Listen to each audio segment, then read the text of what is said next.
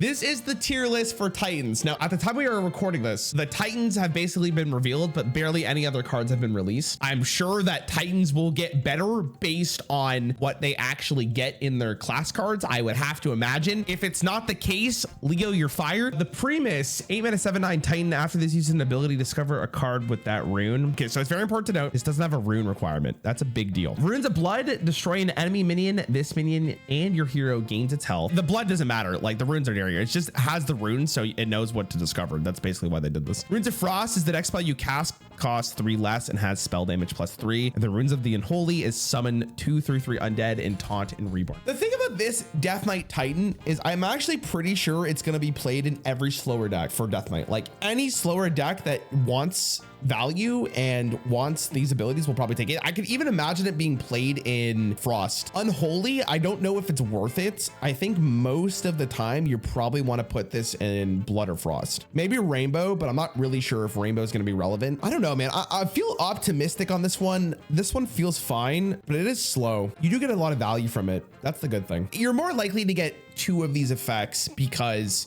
it has a good stat line and it's very versatile. That's the most important thing. I think the versatility of this card is going to make it impactful because generally the more decks you can put it in, the more likely it is to see play. A good example of this is like the Rogue Colossal. Like it's just a good card to put in almost every single rogue deck. And I think every single rogue deck basically runs it besides Miracle. I think this one might suffer slightly if the metagame is not slow enough for a card like this. And you also just may not need it. I think it's fine. I think it's fine. We can make this work. I'm going to go like B. I think B's fine. Like, I don't think it's gonna be meta defining, but I also just don't think it's gonna be bad. The Warlock Titan, Diamond is 6/12 Titan Battlecry. Open a portal that summons 2/3/2 imps each turn. It's also a demon. That is important to note, but there's absolutely no reason for that to necessarily matter unless there's a card that helps you cheat out demons. You absolutely need the Battlecry for this one. If you don't get the Battlecry, this card is giga awful. You need to summon the portal, and the portal does not summon unless you get the Battlecry. The abilities for this card are actually pretty great. I'm gonna start off with the one I think is really, really strong, which is Legion Invasion. Seals the deal against almost every board centric deck because they constantly have to deal with 2 taunts every single turn, which is a really big deal. If you could play this card and you're not just like straight up dead from hand at any point in the game, it's pretty great. To the Void is also really good. Sends all of the minions into the Twisting Nether, right? Which is I would imagine is just playing Twisting Nether, and then you get a 6/12 demon on the board, and then you also get the portal. That's actually pretty good. It's a win condition for Warlock, and I don't think Inferno really matters. Like Inferno is always going to be your third option, I think, unless you don't need the board clear. Yesterday I wasn't super optimistic on it. Now that I've had some time to think about it, and I might be slightly biased because I'm a Warlock main, but I'm just going to put it out there. I think the card is really good. I think the card is going to be playable, and we haven't even seen the rest of the Warlock set. We also have Symphony of Sins, which could be really, really good to pull it. I think this card is going to be one of the best cards Warlock has received in a while. Before you're like, Rarran, you're stupid. Rarran, you're dumb. Rarran, you're a freaking idiot. Listen, you freaking clowns. Do I need to bring up the Postic story again? Do you guys remember what you guys said when I put him in S tier? Do you guys remember? Do any of you remember? That's what I thought. Okay, thanks for listening. Can we stop doing the imp package? Literally anything else? Okay, thank you so much. Yeah, thanks Blizzard. Love you guys. So this is Argus, the Emerald Star, 7 mana 5/9 Titan. This doesn't go in the imp deck. Leo, I swear to God, I'm gonna fight you. I'm gonna if I go to BlizzCon, I'm fighting you, and we're fighting in public. 7 mana 5/9 Argus, the Emerald Star Titan. Minions to the left of this have Rush, and ones to the right have Lifesteal. That effect is actually pretty juicy. Show of Force, reduce the cost of all minions in your hand by 2. So if I've learned anything over my years in Hearthstone, and I keep saying this over and over again, chat, what have I learned? What's the number one thing that we always learn in Hearthstone? Mana cheating is the best thing that you could be doing in the game. So if you have 3 minions in your hand, this is 6 mana reduction, and that's probably going to be a combo. That is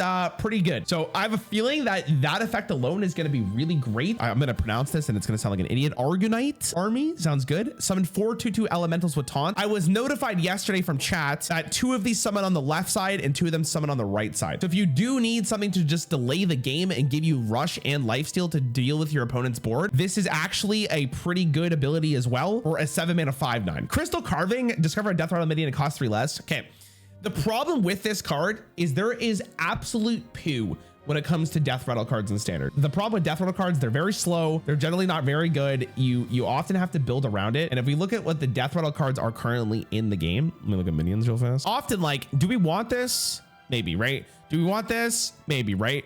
Do we want this? I don't know. There's some good ones, but like, I mean, it's not getting me excited. We also haven't seen the rest of the set, so we don't even know if they're gonna add more death rattles. Now, if they're better death rattles, maybe we get a little bit more excited for that one. And it seems like the commonality between all the Titans is like 2 of the abilities are good, and then the 3rd one's like, all right, if it actually somehow lives 3 turns, then you could use this ability if you want it, right? I feel like that's what the design was. Because if I had to take a guess, they designed the Titans to make sure that if it uses one ability, it's worth it. And for the Demon Hunter one, it looks like it will be the case, because I do think this one's really good, and I do think this one's really good. So if you're gonna play this, you could pick one or the other, and then we'll be chilling. It's 7 mana. 7 mana is really slow for Demon Hunter. That's the issue with it. But for the potential of reducing your hand, I think this is actually like a pretty good card. I feel like it's going to be fine. Also, I should mention, like, I actually think all the Titans will see play. I'm pretty sure like this is A. I could honestly just be like, this is B, but I think Demon Hunter will figure out a way to cheat this even further. So I'm gonna go with A. Can you generate Titans? I actually have no idea.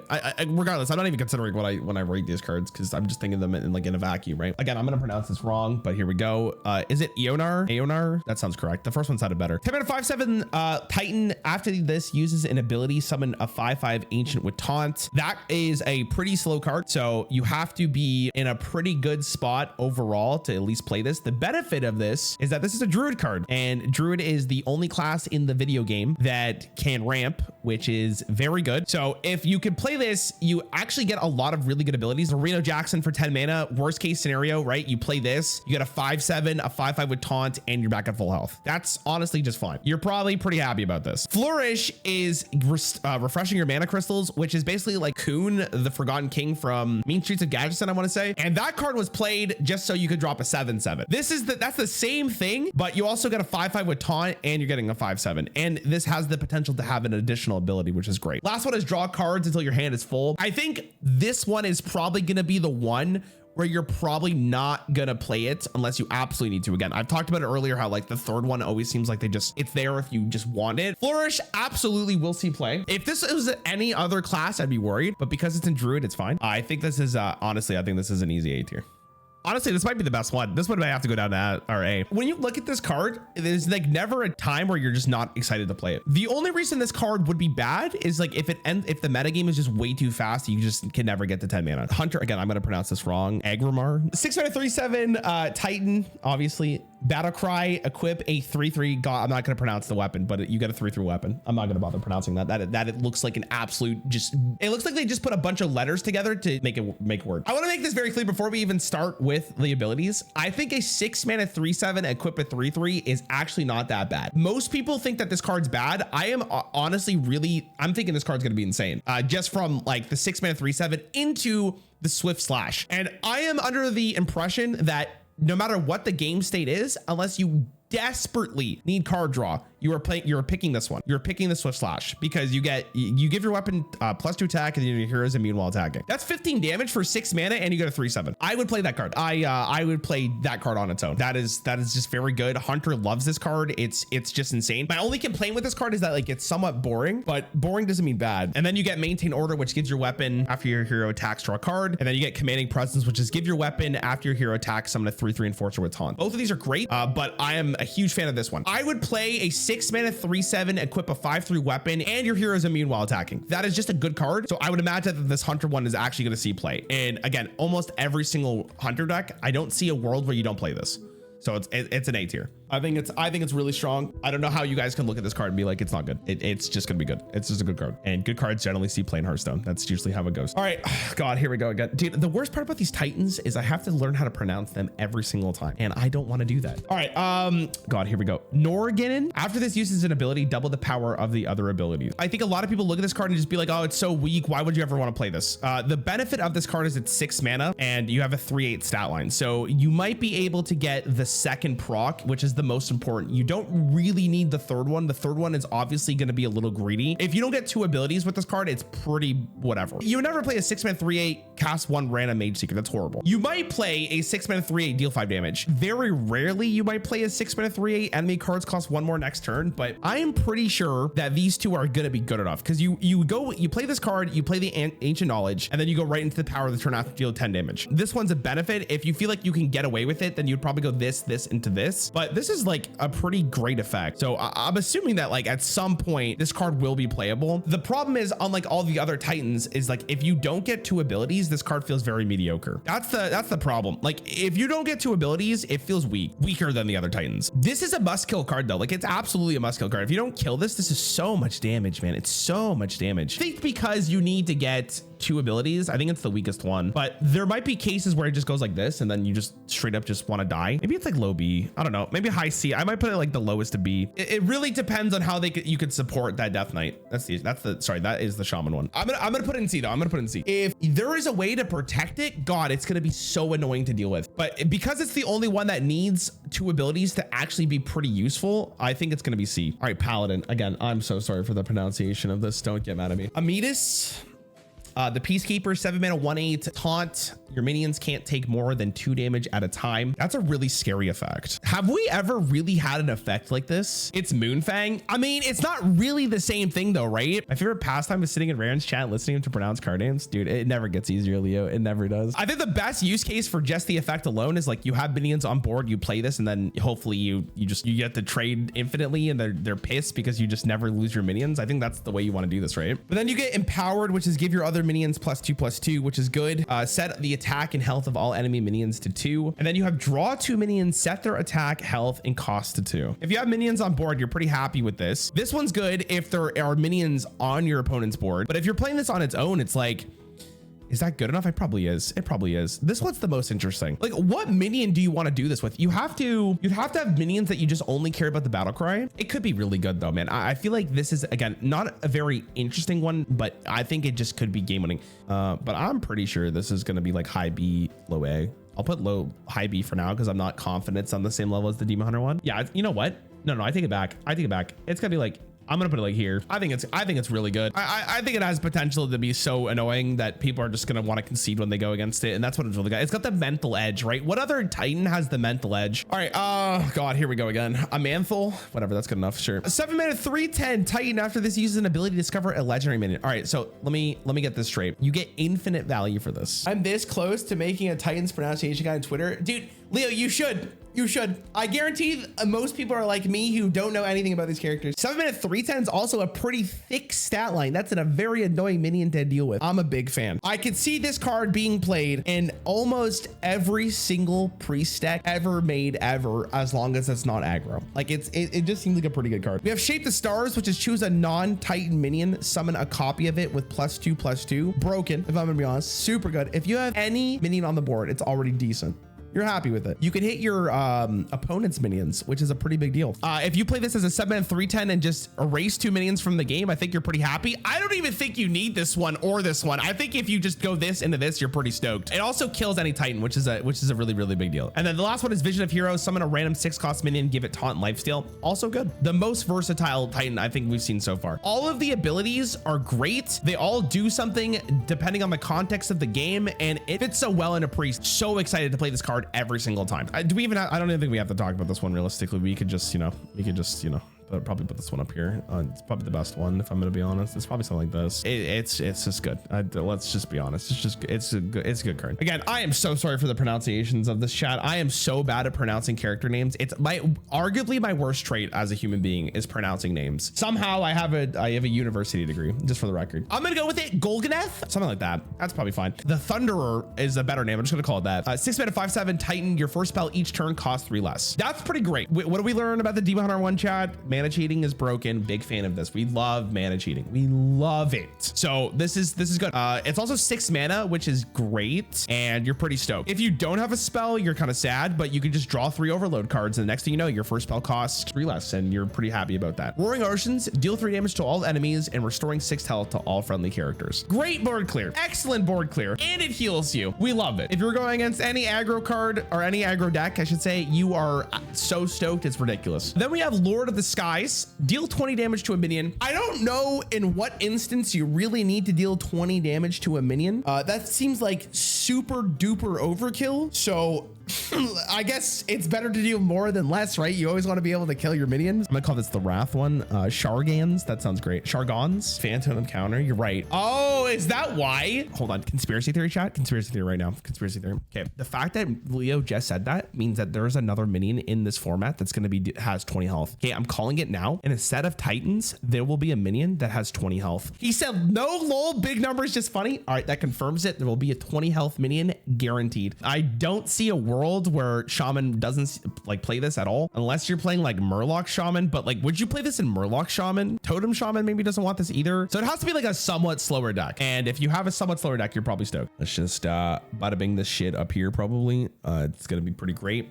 I can't imagine a world where you don't really want this. It's just a good card. It reminds me of like Brucon. A lot of you guys say the Warrior one's bad, and I'm here to tell you that I don't think it's bad. I think it's kind of okay. I think it's honestly just fine. Will it be meta defining? No. Well, let's talk about it. Here's another name chat. Kazagoroth. Dude, you know what the worst part about this expansion is going to be is naming these cards, dude. This is the only time you're going to hear me pronounce the names. I just want you guys to know. After this uses an ability, gain immune this turn and attack a random enemy minion. So it's important to note, in case you don't know, in case you forgot, by the way, you can't attack with Titans until all of their abilities are finished being used. So this can't attack twice on the if it lives a turn. Now, the other issue with this is that it's a random enemy minion, which is better randomness in Hearthstone. But that means that if this is the only thing on the board, like let's just say you play this on turn 6, it doesn't feel great because you're missing that immune, which is one of the reasons why this one isn't feeling as great as some of the other Titans. That being said, you do have Titan Forge, gain +2/+2 when you draw a weapon, which is actually pretty decent. Good stats. If you're going against one big minion, you can use Tempering, which is gain +5 attack and give your hero +5 attack this turn. That's awesome. Or you could do Heart of the Flame, which is gain +5 health and your hero gains 5 armor. All of these in its own way are fine. I don't really see this card like meta defining. I don't really see this card being like broken. This is a Titan that I think is going to be the one that people probably are not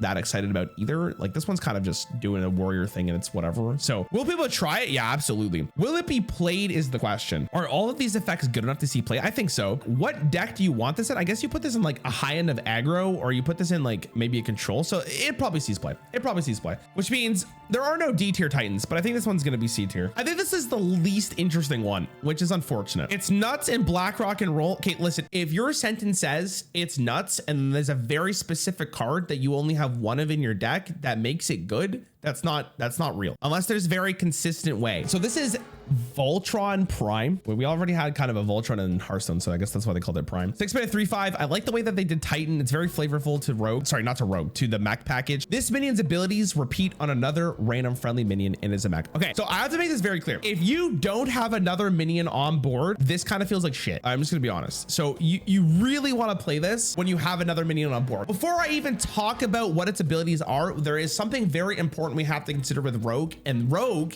has Shadow Step. Okay, everyone remember that. Shadow Step is a very, very, very good card. And I think this is why they designed the Titan like this. They had to be very careful of how they designed the Titan for Rogue. If you have another minion on board, you get attached to the cannons, which is gain +2/+1. So both the Titan and the minion will gain the stats, and they both deal 4 damage to a random enemy, which is good. It's pretty great. If you have another minion on board and you play full power, they both get +1/+2, and you draw 2 cards. Also good. And then lastly, you get maximized defenses, which is gain +3 life and can't be targeted by spells or hero powers. Unironically, maximized defenses is really good for this, because if your opponent has no minions on the board and you play maximized defenses, this card lives guaranteed 1 more turn, unless it's like an AoE, right? This one I think is really interesting. It's really hard to actually guess how good this card is, because if you don't have another minion on board, it's kind of whatever. But if you do have another minion on board, it's pretty picante. If I do mention myself, if I just want to put that out there. Be some kind of OTK with this as well. That would be pretty good. If you bounce a Titan back to your hand, use all of its ability, does it refresh? Yeah, because you replayed it, right? I think this one has a lot of potential as well. This one, I'm not a huge fan of like the whole mech package for Rogue. It's never been my thing, but I do think this is another very easy card to fit into a lot of Rogue decks. And again, I don't think it's the most interesting design, but we're not basing this on interesting. What the hell is that? We're not basing this off interesting. We're basing this off like how good I think it's going to be. I could see it being low A or high B. I think if you have a minion on board, it's pretty great. I will say that it's nice that they made the Titans playable, because if any of them were bad, it would have been rough. That's the Titan list. Let me know what you guys think. Obviously, I'm gonna get memed on. I always get memed on with these whole streams and tier lists, but it's whatever. They're boring. I disagree. I think they look good.